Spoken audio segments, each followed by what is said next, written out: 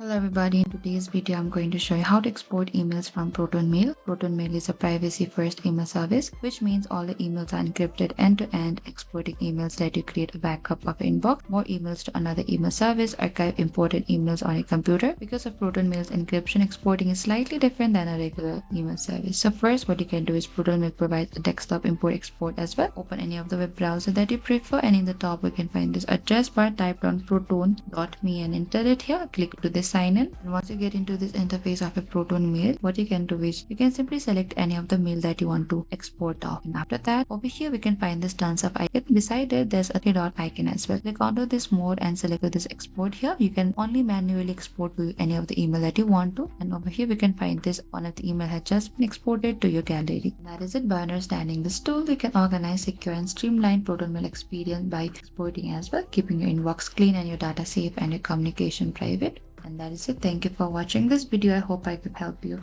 how to export emails from Proton Mail. If you have any queries or confusion on how to export emails from Proton Mail, please comment down below and we will reach out to you very soon.